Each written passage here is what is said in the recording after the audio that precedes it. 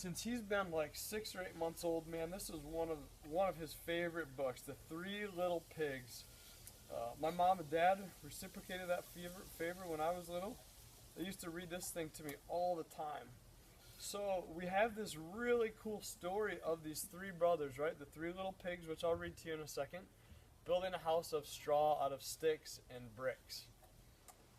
We had these three little pigs, the two first brothers that built their house of straw and sticks, basically jumped around and played for days and days until the third brother, who was doing the arduous work of planting his garden, building this house of bricks and mortar that ultimately held up. They were giving him a hard time. At the end of the day, they danced and cheered because the third brother, he came to save the day. I view the three little pigs, I wish we had a fourth little pig because that would represent all four rotator cuff tendons and structures. But I view this story of the three little pigs as this story that the shoulder goes through. When the big bad wolf, I know Maverick sometimes will catch me. When the big bad wolf, when he gets to the first house, the house of straw, and he's just yelling at the little pigs to let him in, and they say, no, no, no, not by the hair of our chinny chin chin. He says, then I'll huff. But for Maverick, I'll say, well, then he'll scuff and he'll thuff. I'll be like, Daddy, no, no, it's huff. When I see the word huff, I'm like, that's what we talk about in regards to the rotator cuff, the hip, being the hip, the H in the uff, the cuff, the scuff, the scapulothoracic, the thuff, the thoracic spine. We get to the house of sticks, and the big bad wolf, with very great easiness, blows down the house of straw and blows down the house of sticks. And that's exactly what this journey represents for us when we go through these Job, these Joachim, these thrower 10-like sequences and progressions.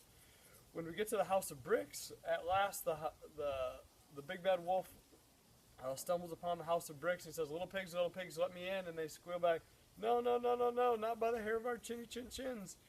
Then I'll huff, scuff, thuff, and cuff, and I'll puff, and I'll blow your house in, growled the wolf. He blew a big amount at the huff, the scuff, the thuff, and the cuff, and a big puff, but the cuff did not budge.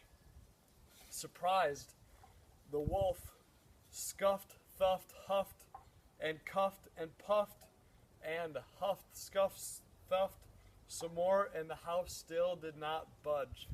People, we need to prepare our bodies not because we want to do something different for the sake of being different, but we need to prepare our bodies in a way, we need to prepare our rotator cuff in a way that makes logical sense.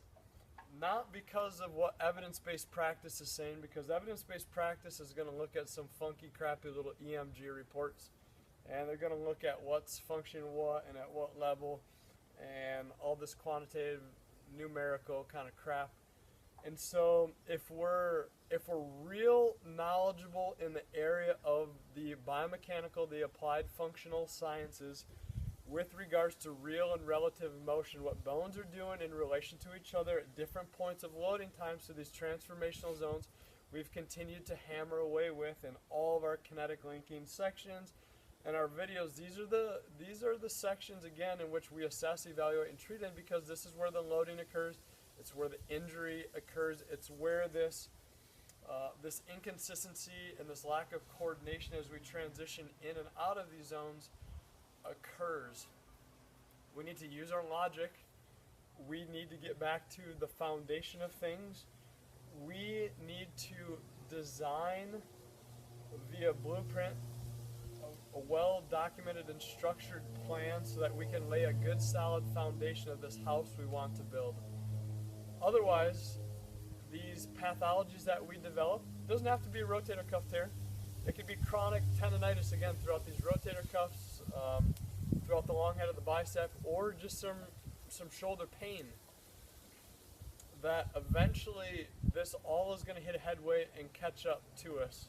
If you're one of the very fortunate few that don't have this, hey, more power to you. But I really advise you to rethink what you're thinking about in this plan that you have been using. I respect the fact that a lot of you have been very obedient people to the mentors and to the teachers that you've had that have simply said, hey, in a loving way, this is really going to help you out. Those are kind souls that really have a lot of love for you. But these kind souls also need to know that, hey, you know what?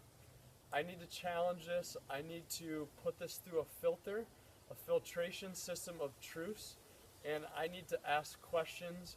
I need to ask why. The Rotator Huff, Scuff, Thuff, and Cuff, episode 2. We're going to be coming up on some really interesting activities in terms of further assessment, treatment, and evaluation.